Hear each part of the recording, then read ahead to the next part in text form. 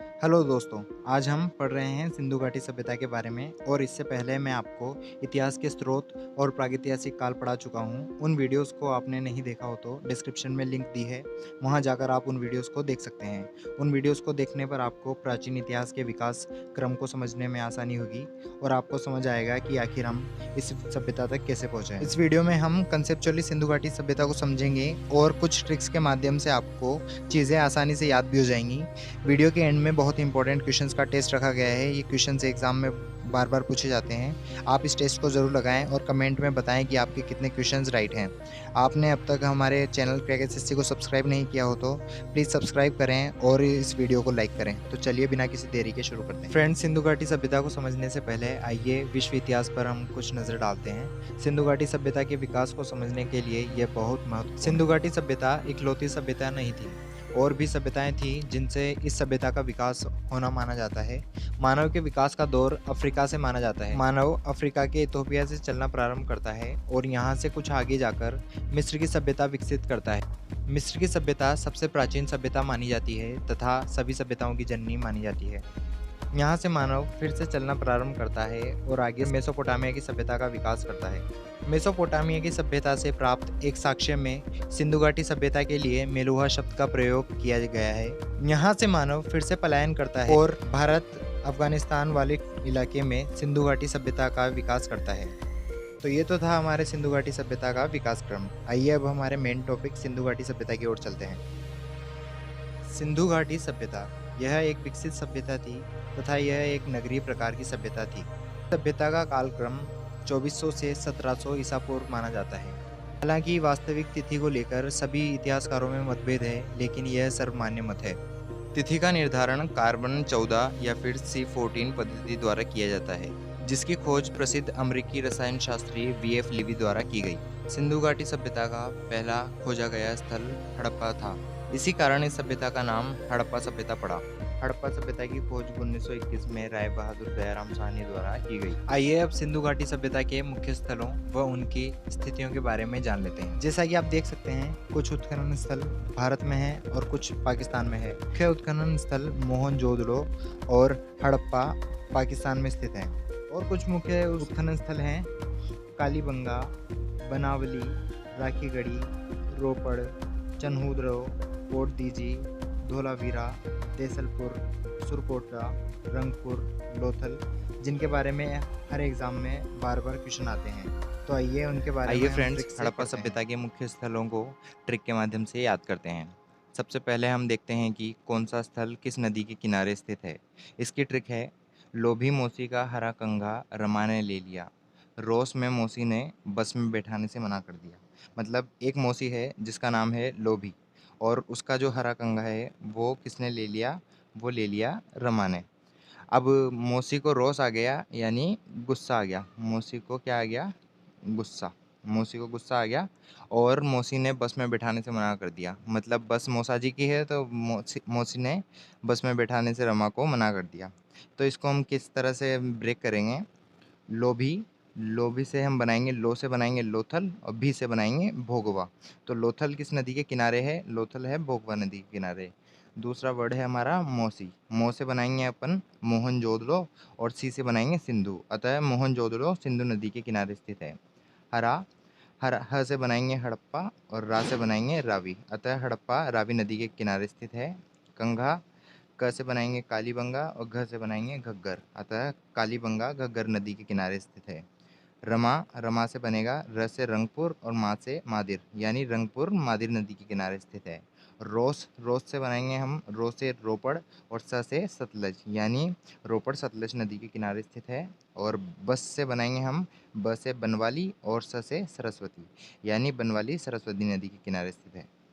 इस स्लाइड में हम डिस्कस करने वाले हैं हड़प्पा सभ्यता के विस्तार के बारे में। यह क्वेश्चन हर एग्जाम में पूछा जाता है कि हड़प्पा सभ्यता का उत्तरतम स्थल कौन सा है या फिर दक्षिणतम बिंदु कौन सा है। आइए इसे भी समझते हैं। इसकी ट्रिक बाद में देखेंगे, पहले इसे समझ लेते हैं।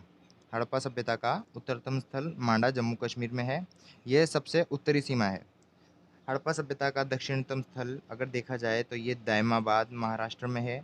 इसे दक्षिणतम बिंदु कहा जाता है।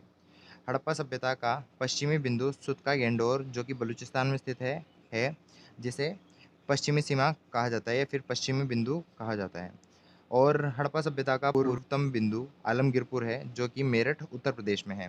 तो अगर आपसे पूछा जाए कि उत्तरतम बिंदु का नाम बताइए, तो आपको मांडा जम्मू कश्मीर बताना है। क्या बताना है आपको? मांडा जम्मू कश्मीर। आपसे अगर पूछा जाए कि पूर्वतम बिंदु का नाम बताइए, तो आप आलमगीरपुर मेरठ बताएंगे। और अगर आपसे पूछा जाए दक्षिणी बिंदु का नाम बताइए, तो दैमाबाद महाराष्ट्र बताएंगे। तो चलिए आगे बढ़ते हैं। अब हम समझते हैं इसकी ट्रिक।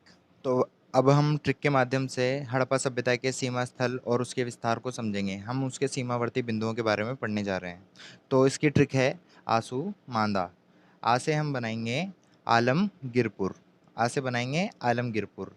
यह मेरठ उत्तर प्रदेश में स्थित है। आलमगीरपुर इसका पूर्वी स्थल है। तो आलमगीरपुर इसका पूर्वी स्थल है। उसके बाद हम सू से बनाएंगे सुत का गेंडोर। सुत का गेंडोर बलूचिस्तान पाकिस्तान में स्थित है और यह हड़प्पा सभ्यता का पश्चिमी स्थल है। उसके बाद हम बनाएंगे माँ से मांदा। मांदा जम्मू कश्मीर में स्थित है और यह हड़प्पा सभ्यता का उत्तरी स्थल है। उसके बाद हम दे से बनाएंगे दा से बनाएंगे दैमाबाद। दैमाबाद महाराष्ट्र में स्थित है और यह इसका दक्षिणी स्थल है। तो आइए दोस्तों, अब हम उत्खननकर्ता और उत्खनन स्थलों के बारे में जानकारी लेते हैं। तो आइए फ्रेंड्स, इस ट्रिक के माध्यम से हम हड़प्पा सभ्यता के प्रमुख उत्खनन स्थल और उनके उत्खननकर्ता को याद करेंगे। ठीक है। इसके लिए ट्रिक है हद से काला मोरा सूरज। यानी नुक्कड़ वाली आंटी जी है, उनका सूरज है जो हद से काला है, तो वो रोज़ कहते रहते हैं हद से काला मेरा सूरज। उसी से बनाया हमने हद से काला मोरा सूरज। तो देखते हैं। हद। हद के ह से हम बनाएंगे हड़प्पा और द से बनाएंगे दयाराम साहनी। यानी हड़प्पा की खोज किसने की? दयाराम साहनी ने की। उसके बाद काला से काला के का से बनाएंगे हम कालीबंगा और ला से बनाएंगे लाल यानी बीबी लाल। यानी कालीबंगा की खोज किसने की? बीबी लाल ने। उसके बाद मोरा से मोरा के मोह से बनाएंगे हम मोहनजोदड़ो। मोरा के मोह से बनाएंगे हम मोहनजोदड़ो और रा से बनाएंगे राखलदास बनर्जी। यानी मोहनजोदड़ो की खोज किसने की? राखलदास बनर्जी ने। सूरज के सुर से बनाएंगे हम सुरकोतदा और ज से बनाएंगे जगपत जोशी। यानी सुरकोतदा की खोज की जगपत जोशी ने। चलिए आगे बढ़ते हैं फ्रेंड्स। ये क्वेश्चन भी हर एग्जाम में बार बार रिपीट होता है कि हड़प्पा सभ्यता के लोग किन चीज़ों से परिचित थे और किन चीज़ों से परिचित नहीं थे। तो इसकी ट्रिक है सोचता सिटी। इसकी ट्रिक है सोचता सिटी। तो आइए हम पढ़ते हैं इसके बारे में और इसको याद करने की कोशिश करते हैं। तो सोचता के स से हम बनाएंगे सो। सो यानी सोना। उसके बाद च से बनाएंगे हम चांदी। ता से बनाएंगे तांबा। सी से बनाएंगे सीसा। टी से बनाएंगे टिन। यानी हड़प्पा सभ्यता के लोग इन सब चीज़ों से परिचित थे। इन सब चीज़ों से परिचित थे। और इनके अलावा जो भी चीज़ें आए उनसे हड़प्पा सभ्यता के लोग परिचित नहीं थे। तो चलिए आगे बढ़ते हैं। अब हर एग्ज़ाम में या फिर किसी न किसी एग्ज़ाम में आपको लोथल से संबंधित क्वेश्चन देखने को मिल ही जाता है कि लोथल से क्या-क्या साक्ष्य प्राप्त हुए हैं। तो इस स्लाइड में हम लोथल से प्राप्त साक्ष्यों के बारे में पढ़ने वाले हैं। इसकी ट्रिक है ग्राम। फ्रेंड्स, इसकी ट्रिक है ग्राम। ग्राम के जी से हम बनाएँगे घोड़े की अस्थियाँ। जी से घोड़े की अस्थियाँ। आर से राइस यानी चावल। ए से बनाएँगे हम अग्निकुंड या फिर अग्निवेदियाँ और एम से बनाएँगे मन के बनाने का कारखाना। मैं एक बार और रिपीट कर देता हूँ। जी से बनाएँगे घोड़ा। घोड़ा यानी घोड़े की अस्थियाँ। उसके बाद हम आर से हम बनाएँगे राइस। राइस यानी चावल। ए से बनाएँगे अग्नि। अग्नि यानी अग्नि वेदिकाएँ और एम से बनाएँगे हम मन के। मन के यानी मन के बनाने का कारखाना। तो लोथल से ये सब चीज़ें प्राप्त हुई हैं। ये आपको याद रखना है, ये बहुत ही मोस्ट इम्पोर्टेंट क्वेश्चन है, हर एग्ज़ाम में पूछा जाता है। तो आइए दोस्तों, अब हड़प्पा सभ्यता से संबंधित क्वेश्चंस का टेस्ट लगाते हैं। आप कमेंट बॉक्स में बताइएगा कि आपके कितने क्वेश्चन सही होते हैं।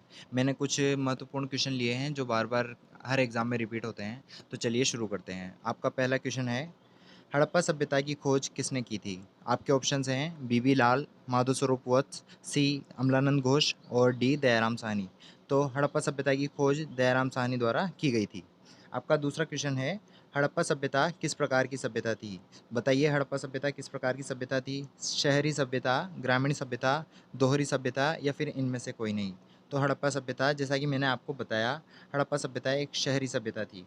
आइए अगला क्वेश्चन देखते हैं। अगला क्वेश्चन है, हड़प्पा सभ्यता की खोज हुई 1999 में, 1952 में, 1921 में या 1922 में? तो हड़प्पा सभ्यता की खोज 1921 में दयाराम साहनी द्वारा की गई। आइए अगला क्वेश्चन देखते हैं। हड़प्पा सभ्यता का उत्तरी बिंदु है। तो हड़प्पा सभ्यता के मैंने 4 बिंदु बताए थे, एक बार समझ लेते हैं 4 बिंदु कौन कौन से हैं। तो ये इसका उत्तरी बिंदु था मांदा, जम्मू कश्मीर, ठीक है। इसका पूर्वी बिंदु था आलमगीरपुर, आलमगीरपुर। इसका दक्षिणी बिंदु था दैमाबाद, दैमाबाद।